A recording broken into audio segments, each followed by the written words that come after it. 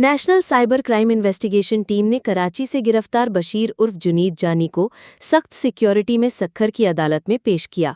तहकीकाती अफसर अल्ताफ हुसैन सोढर ने अदालत से मुल्जिम का 14 दिन का जिस्मानी रिमांड तलब किया।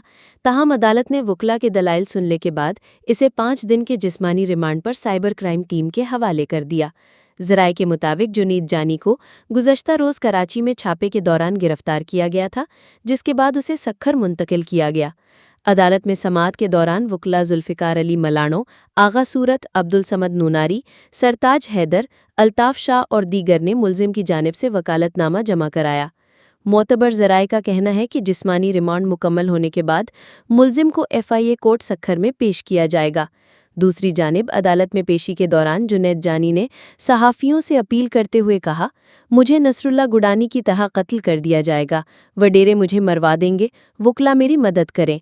सक्खर की अदालत में समाअत के दौरान सहाफ़ियों और शहरियों को कमरा अदालत से बाहर निकाल दिया गया, जिसके बाद कार्रवाई का आगाज़ हुआ।